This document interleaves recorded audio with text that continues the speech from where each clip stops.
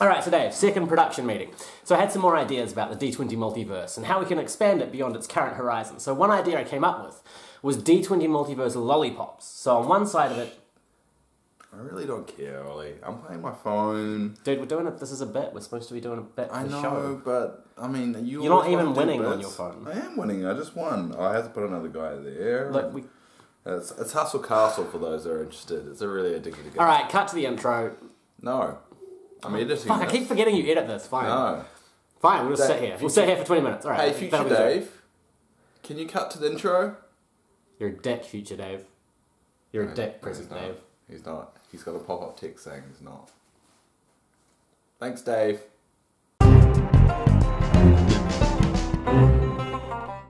Alright. Hello and welcome to NPCs of Wildemount, reviewing the Critical Role one-shot while Matt and some other people were at Burning Man. I'm not sure what they're going to call it, but let's call it Caleb Was a Werewolf. Hey, we got it right eventually, kind of, sort of. Yeah, kind of. If you guys don't get that joke, when we first started NPCs of Wildemount, I always thought Caleb was a werewolf. And now Liam ran a one-shot all about werewolves. Because we had this running theory. In fact, it was popular all over the internet. I had the running theory. You didn't give a shit about it. I just wanted to be part of it. No, you can't steer. You can't get on this bandwagon. I remember the doubts. But people all over the net was convinced that Travis was going to play a Lycan Bloodhunter, and he finally got to. I wasn't talking about that bit. I was talking about Caleb. Oh right. Yes, and the Mighty Nine campaign. You thought that... The one we talk about every week. I don't know. You're not the only one that's tired, Dave. Alright. Alright. That's why I've got one of these. This is a New Zealand equivalent of Red Bull. It's called V. And I'm going to be drinking it. We like things with shortened. We don't go overboard with, like, we've got, what, North Island, South Island, Stewart's Island.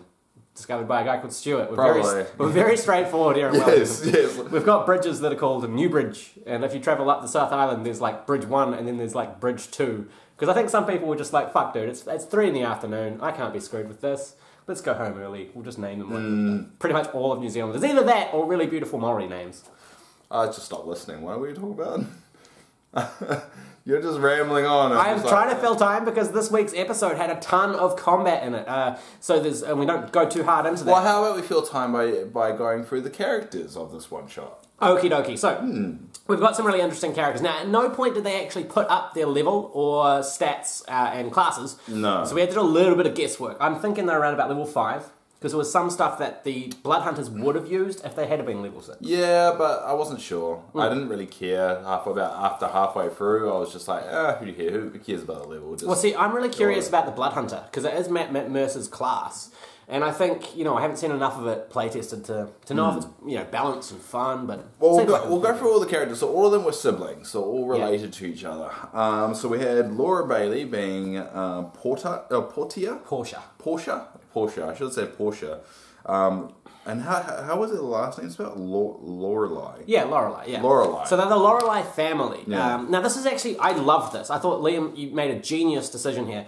Having them all as the same family, just for a campaign in general, is such a cool way of running a game. Because they all know each other, you don't have to worry about that. Their backstories can be varied, but it gives them ties to each other immediately. Yeah. So you don't have to worry about like getting the party together, because they're already family. I thought it was genius. Well, the story of the family, they were split apart. They had been apart for a while, but they were coming together before a family thing. So it was a nice way of kind of getting them back together. Good excuse. I thought that was great. Travis was one of the twins. So Sam and Travis were playing twins. So Travis played Lawrence Lorelei, and Sam played Benico Lorelei. Yes. All three of Portia, Lawrence, and Benico were all playing the Bloodhunter Lycan, which is a wonderful class that you can get from online. I think it's pay what you want, or it's only a couple of bucks. I think it's pay what you want. Yeah. So, if you're real cheap, you could do 0, I guess. Yeah. But don't, because... Well, you could. Do 50 cents if you're going to do 0. No, I mean, if you just want to play and mess around with it, do it. And do like 2 cents, because that'll add up over time. Yeah, I guess that. But, I mean, business as long as you have fun, I mean, that's the intention. Right? But yeah, this is kind of like our chance to really see Bloodhunter in action and get to see what it can do. Because Talison's character did not last long with his. He died. A little bit. You can say it. It's okay. I can't, Dave. I can't. You can. It'll well up in me. And why is your microwave plate by the case of DVDs? Okay, shut up and focus. Okay, sorry. And then we had two... Do you... God, there was a time that I really wanted to say what was underneath your bed that one time, but I didn't. No, it's not. It's not. I didn't moving say on. It. Yeah. We've got two guest players this week. We've got the Lucius, played by TJ. TJ Storm, what a name! Oh my God, that's a good name. What a TJ Storm? But that has to not be his real name. You know, do you remember actors have to always change their name? Pseudonyms, yeah. J.K. Rowling chose the initials so that people wouldn't know she was a woman and get prejudice and. Eagle-Eyed Cherry, who wrote the song Save Tonight. I don't know why. I don't think TJ Storm chose his name to avoid being prejudiced. Can you imagine like TJ Storm as like a kid or like an awkward teenager? No, he's just been a badass his entire life. I'm fucking TJ Storm. Yeah. So he's there. TJ Storm. And he was massively great. He'd been a DM for decades, they said, so he knew the game. He knew the game better than anyone else on that table. Yeah, in fact, he would have been playing back in... 2nd edition, 3.5, like way back. So he was just nailing it. People loved his character. Yeah. Really, really cool. So he was playing Cleric of the Moon domain, not in the core books, but Liam allowed some homebrew, so awesome there. And we had the other guest playing Aura. I can't remember her name. Erica Lutterall. Thank you. She was lovely. I liked her. Yeah, she was really cool. She was like expecting a real serious game as well, and then about all the immature jokes through, you could just see her brain going, oh shit, what have I done? What am I doing? Yeah, what am I doing? Yeah, she was great. Now, she, I think, was a bit newer to D&D. She needed clarification on some of the rules and stuff. First game. Okay, first game, yeah. First game. So she was playing a druid. Speculation believes that she was playing Circle of the Shepherd, but we're not too sure. Basically, the core books only have two subclasses for druid in the player's handbook, which is Circle of the Land and Circle of the Moon. And 99% of people go Circle of the Moon because Circle of the Land is a spellcaster, and most of the time, if you want to play a spellcaster and not really worry about the... I still think it discriminates against squares because it's always circles. Get it? It took me a moment. Took me a moment. That's a joke. Are you sure? That's how highbrow my jokes That's how high you today. are. I think that joke was a joke. I'm not high. So we had... I wish I was high, but I'm not high. Oh, God. We're going to get sued. So essentially we've got TJ playing Lucius, Circle of the Moon, and what was her name again? Erica playing Aura, the druid. And yeah, really cool. And the rest of them are all at Burning Man, experiencing... The rest of all three of them. All three of them in Burning Man. I've never been. To Burning Man? Yeah. Well, you've never been to America, so that's probably half the problem right there. Maybe I'll go one day, but... Maybe you want to know. You can go to Kiwi Burn here. Yeah, we have Kiwi Kiwi Burn. Burn. The equivalent here. Yeah. And again, we were very much like, we need a name for this thing. Should we just change one of the words and then go home? Sweet, Kiwi Burn. Done. Yeah, but if you've ever been Kiwi Burn, it's a lot of fun and it's just a very eye-opening experience. Didn't that guy go to Burning Man and then come back thinking he was Jesus? No? Yeah, that happened. I read about it online. But just because you read something online doesn't make Speaking it of true. which, I've got the crazy Reddit theory. I read online that Ollie's a genius. I don't. You heard so. it here. I think it's You heard true. it here. Oh, this is online too. Can you link me that website? No, I'm completely made it up because why? Because things on the internet aren't always yes, true. they're always true. Don't you know how things work? Everything that's in print is true, otherwise it can't be in print. Anyway, let's go to the story Facts. instead of arguing with each other. Yeah. So now we've essentially got the family, the Lorelei line, and Liam starts with a beautiful soliloquy describing how the lichen kind of effect got into their blood. Now we should note that we are basing this in Wildemount as well. I'm so excited about that. And it's actually on the map where they're located because it's actually just west of Oldfield, technically. So I'll put it up here where they're actually based. But this is technically non-canon though. Yeah. It's a non-canon episode. But this does... You didn't do this. Canon. For fuck's sake. Why do I do this? So it does mean that they could potentially meet at some point? Maybe? Or it's non-canon. I know, but I want it to happen, so I don't care. So I literally just said non-canon. And I'm like, the next sentence is, they will possibly meet. Yeah, because I wanted it to be... Fuck you, Ollie. just fuck you. That's not even worth... Anyway. They're all siblings, and basically they have this curse. They haven't seen each other in a while, but essentially their entire family after their great... I'm just putting the moves on. This is really uncomfortable. My arm was hurting. I've had too much coffee today. You need to stop. No, seriously. Yeah, thank you. Don't. I didn't touch him. I hover hand. You would know if you touched him. Yeah, because my nose would be bleeding. Yes. So essentially, they've split, but they're coming back. They got summons from their father, and Liam explains that years ago, one of their great-great-grandfathers got bitten, and the bloodline has kind of since been a bit, hairy, on the hairy side, if you know what I mean. And they also... Like hairy like this, or like... No, hairy good. So essentially, they undergo... Hey, I have to fire it back sometimes, right? Sometimes. Just sometimes. God's sake. This is it out. Can't take it. No, anyway. This is not about D&D. What are we even here talking about? So essentially they undergo what's called the taming at a certain age. And some people in the family have and some people haven't. But they get summoned back to the manor, Lorelei Manor, with a letter that says, hey, come check shit out. Yeah, that's okay.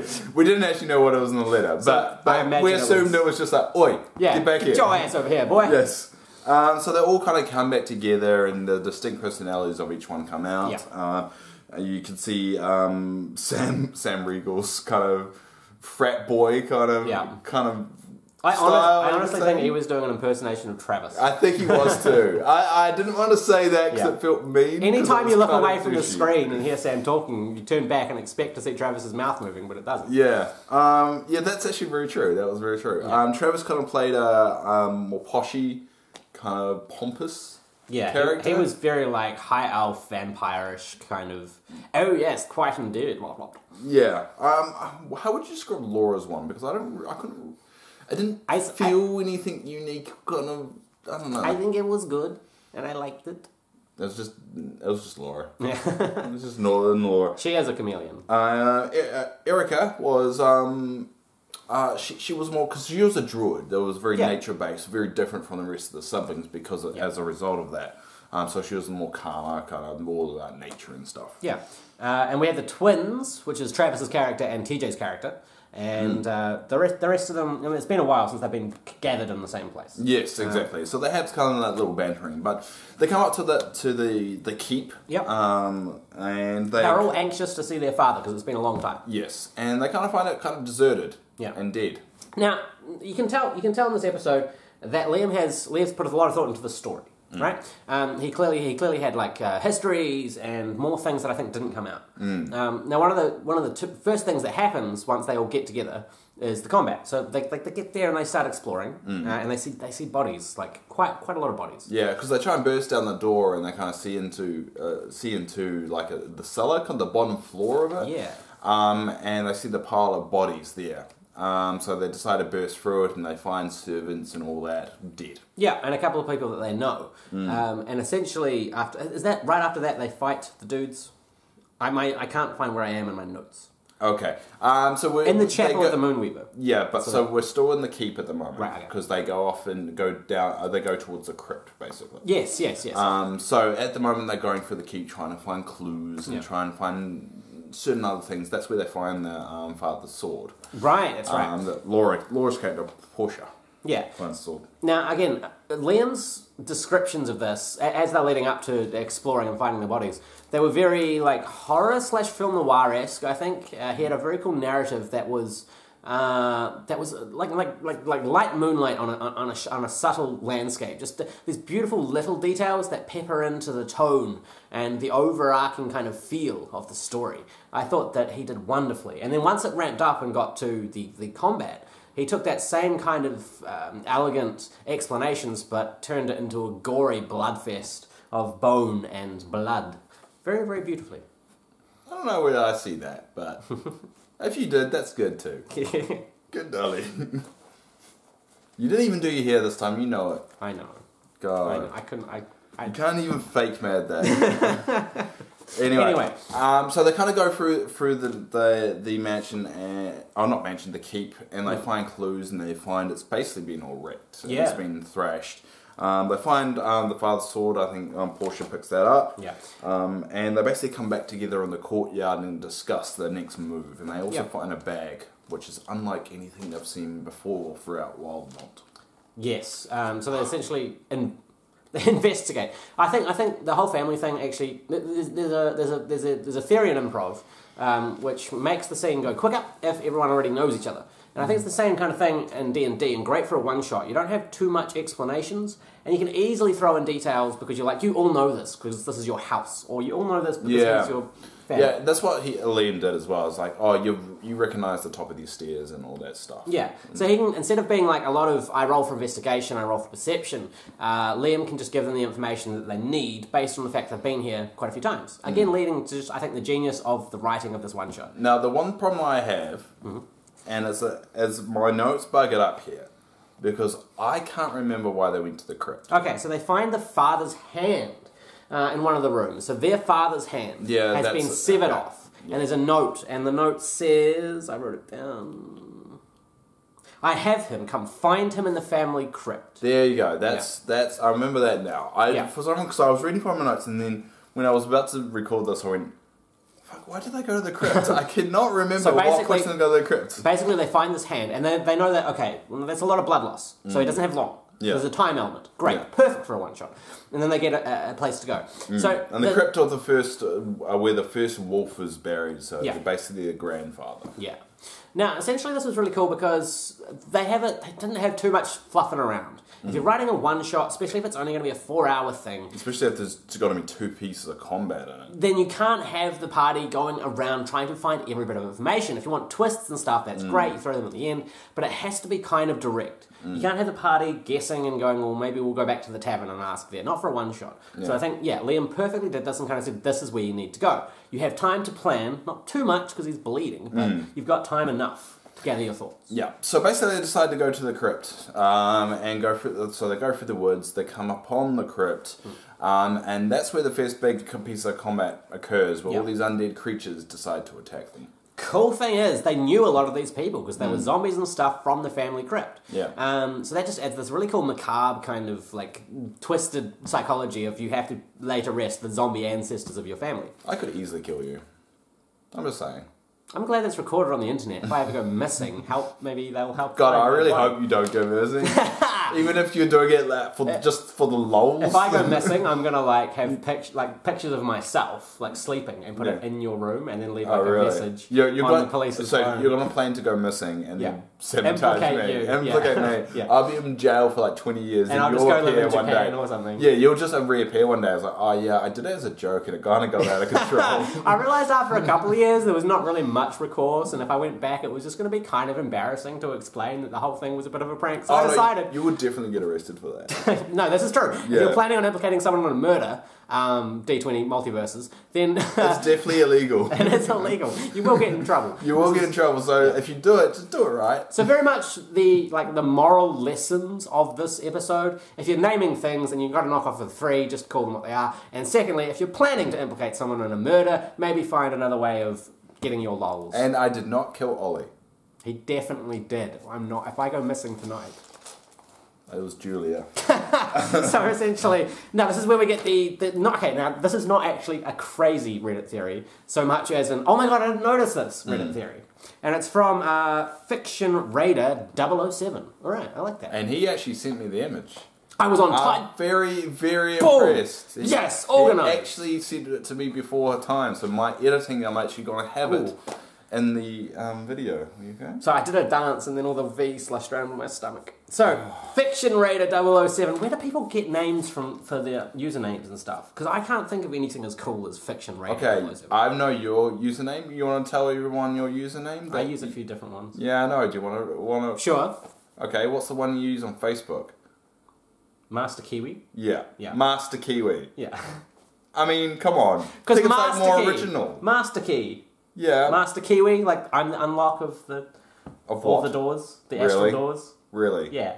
And Prince Panda, I go by Prince Panda on WoW. Yeah. So you're judging other people for their username, and your one is literally a Prince Panda. I wasn't judging them. I was saying that's awesome. Where did you come up with it? It's like I'm Fiction Raider 007, y'all. Anyway, he says, I can't believe it took me to the end of the game to realise this, but the 3 thugs they fought above the crypt were a handsome man with long hair, a guy with blue hair, and a red-headed woman called Ray. And then he realised, oh my god, that's Matt Mercer, Taliesin, and Marisha Ray. Yeah, I got spoiled by that because I didn't really get it. when I saw the image initially, and then watched the episode, and I was like, oh, it clicked. I completely missed it. Liam sent a little screenshot of just that bit of it. Oh, yeah. And that's on Twitter, and that popped up, and I didn't understand that. Then I watched the episode, and I'm like, oh, okay, that makes sense. Liam also describes when the Marisha character dies that she was gaping like a goldfish, which was a nod to Vox Machina. Brilliant. Gosh, he's a that goldfish moment. Oh my God. She's never going to live that down. And it's that's going to probably be on her tombstone. Yeah, it's going to be. We're basically gods. Can I have that on my tombstone, please? Why? We are basically gods. Well, the problem is you actually think that. Yeah. No, can I? Because I'm not gonna remember this. But when Dave kills me and I go missing, can someone out there just email whoever's doing my eulogy and just say I want that on my tombstone? Is that cool? All those people that did that sweet Ollie Mercer thing will certainly do. It was like no one did that. I know, I did it. I love you, Dave. Thank you. Yeah, I got one guy that said blank Ollie Mercer. I was like, well, fuck's sake. Thanks, Ryan. That was a bit of an ego, just dash right there. Well, a little bit. I thought we were building an army here to take. And then literally no one did it. I might actually just create various Twitter accounts so I can do it under multiple names. Then you'll get banned, and then the channel will get banned, and then I'll be annoyed. Okay, fine. Don't do that. Anyway, he's me. They kind of do this battle basically. Yeah, and it takes them a long time. Yeah, it takes them a very long time. They do go into wolf form. Yeah. So we get to experience what their wolf form actually looks like for some of the characters. Yeah. But it's really just they kind of do make a mistake as well and kind of hoard on them. Yeah. A lot, and they kind of they make a few silly mistakes, but they're having a lot of fun with it. So it's nothing to kind of gripe about, but you know. Now, see, this is the first of two combats that take up most of the episode. And certainly, you've got choices if you're writing a one-shot to go heavy social, heavy combat, or a bit of both. It seemed like Liam wanted some combat leading up to the main conflict, and a nice satisfying boss battle to end it. But I think he didn't really take into account, oh god, what if those two combats are actually a lot longer than I intend? Yeah. And then had to cut it short, and we didn't get too much of the backstory and the lore that I know he wrote, because I know how good he is. You can tell at the end that there was a lot more to it. Yeah. It kind of just had to wrap it up. And also, they kind of rush in towards the end after this battle. They kind of don't take time to stop and talk to the characters. They just go straight for the combat, which again kind of made Liam, what he had prepared, kind of just fizzle out, and then we didn't get to see too much of it. Yeah, and so the next bit is going to be a little bit vague because I kind of got a little bit lost. So they kill the undead things at the top. Yeah. And then they rush into the crypt. Yes. And then they come across... Did they come across two drow characters at the beginning there? Yeah. So essentially they've got dark elves or drows. Yeah, drows. We'll call them drows, make it easier. The drows, yeah. Yeah.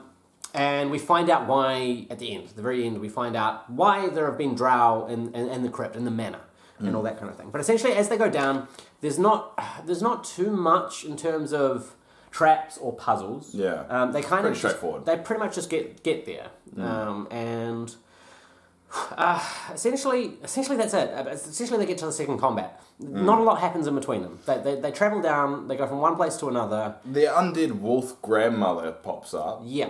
So that happens during the battle. Yeah. But essentially they have this big boss battle with essentially their grandfather. Yeah.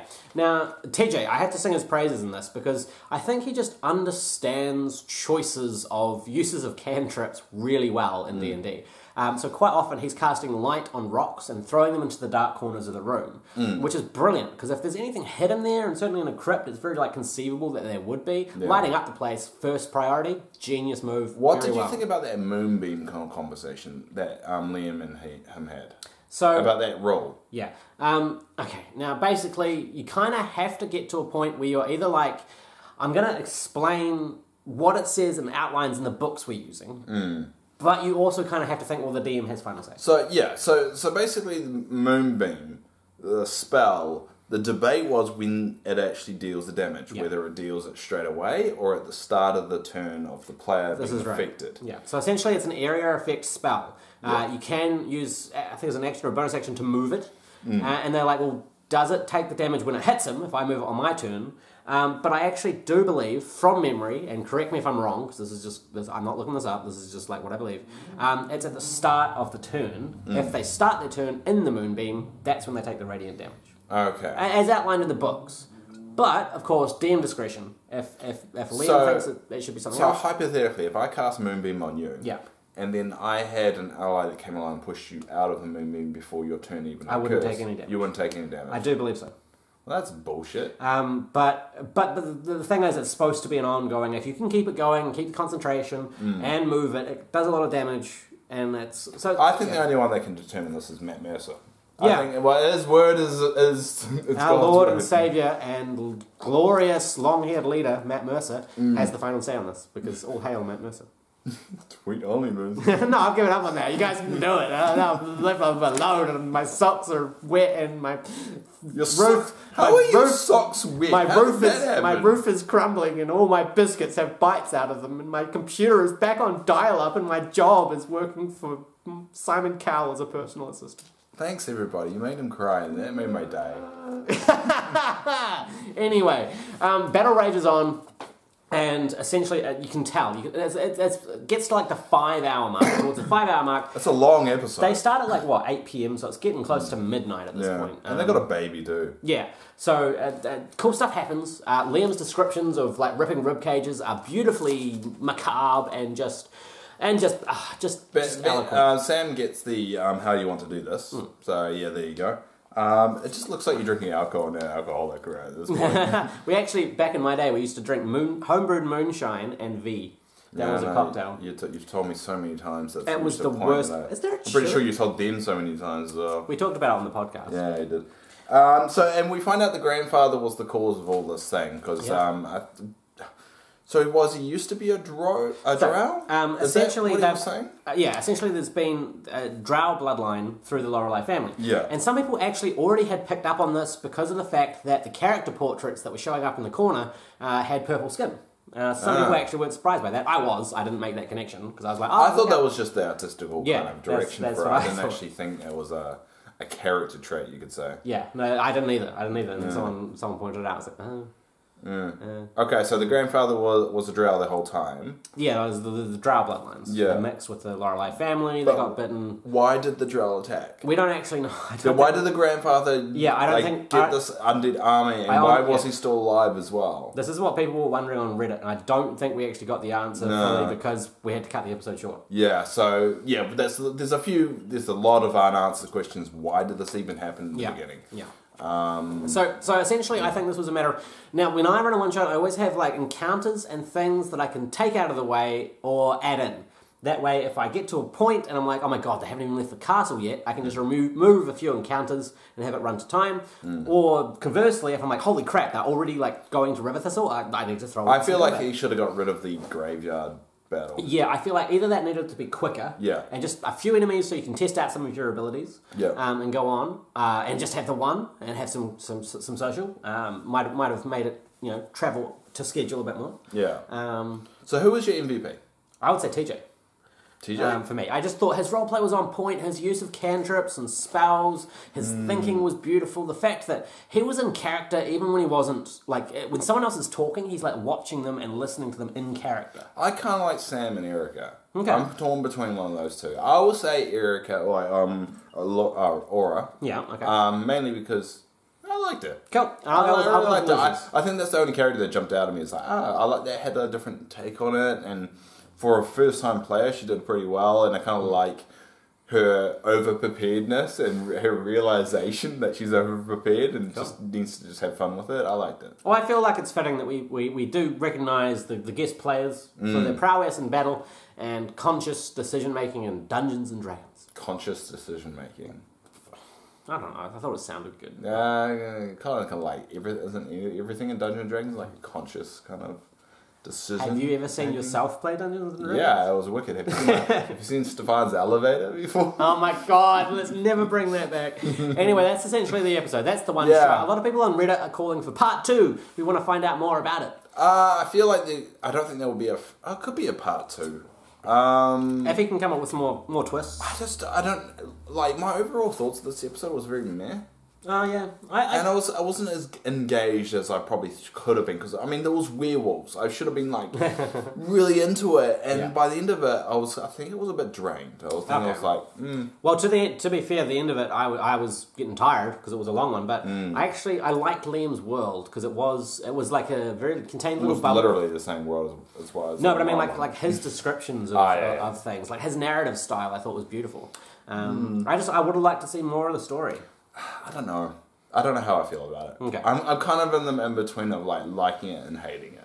I mean, I thought that I wanted to see more roleplay between the characters because they had the cool thing that they were all family. I think that's what was missing for the entire thing. I think too much battle and not enough of the interaction, kind of like the moments of the siblings kind of fighting and stuff. Yeah. Verbal fighting and the jabs and stuff like that. I really liked, and I liked the backstory. I just don't think we had enough of it. What I would have done, I would have cut down that first combat. Had like 2 or 3 enemies, had it done, that was cool. Then I would have had them meet someone that survived the attack. Some kind of waiter or some kind of person within the manor that they knew. They did, didn't they meet someone that survived? Yeah, but nothing really. I mean, there should have been. There was more of an information kind of dump. I think it should have been more like information hunting. Like in that point, there could have been something they had to find out. Like how do we get to the crypt or something, and that would have forced. Yeah, because I mean, they knew exactly where to go once they found the hand and the note. Which means that when they met people, they weren't really talking to them in character. They were kind of like rushing through it. Yeah, there wasn't any need to. And while in a one shot, you don't want too much running around and finding information. I felt like just 1 or 2 little. I would definitely watch the second bit if they did another part. Yeah, mainly because we do the show, but also, it was a lot of fun. Yeah. Well, I was chatting to someone about it at work today. One of the customers came in and they were big critter fans because we got talking about dice. They really loved it. They thought it was really cool. They loved being able to see the Blood Hunter in action, and they like Liam's style. So yeah. But what do you guys think? Leave a comment down below, and we'll engage with you and tell us your thoughts. It's always good to. Yeah. If you don't like it, it's actually a good thing because you want to. And then if you don't like something, there's a reason for it, and you can actually put on the reason. And it's a nice discussion point because I don't think anyone ever hates Critical Role if they watch a one shot and it's just not the same. And I honestly think like if we can be decent in the way that we explain why we don't like something, it doesn't have to be an argument so much as a discussion, and that's good, especially about art. And this is art, so it is. It's a TV show that we like. And we also, I mean, we read all the comments and we reply to them. So if you want to chat to us in the comment section, then go and do it. Make sure you subscribe to our channel. Thanks all for watching. We're kind of ending this one a bit weird, aren't we? It's a little bit weird. Yeah, because we're not doing the comments. Yeah. Because we've got no comments to read out because we'll do that next week on a normal episode. Yeah. If you guys want us to do an extra NPCs video for a one shot, like another one shot when it's not a break, let us know. I don't know. I'm just trying, Ollie. I'm here. I'm really trying. If you're out there and you want to tweet something, why don't you tweet, "Hi Taliesin," hashtag "Hi Taliesin." I feel like maybe there's a thing to do. If you want to help this channel out, tweet.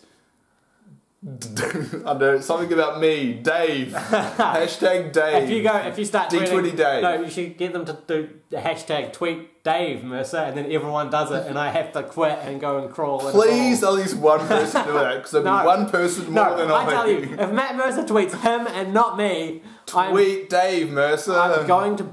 I can't say anything because I don't want to be incriminated. Should tweet Dave Mercer. If one person does it, I'll be so upset. I'm going to be so happy. If Matt Mercer tweets you, because I know you'll get it printed on a t-shirt and you'll wear it constantly. Oh, fuck You'll never let me forget it. And you know why? Yeah.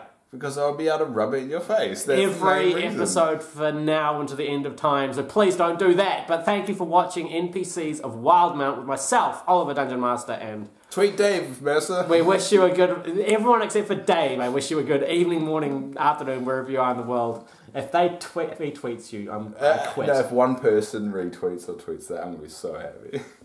It's going to be great. You know it would be great. I would cry. Will you actually? Probably.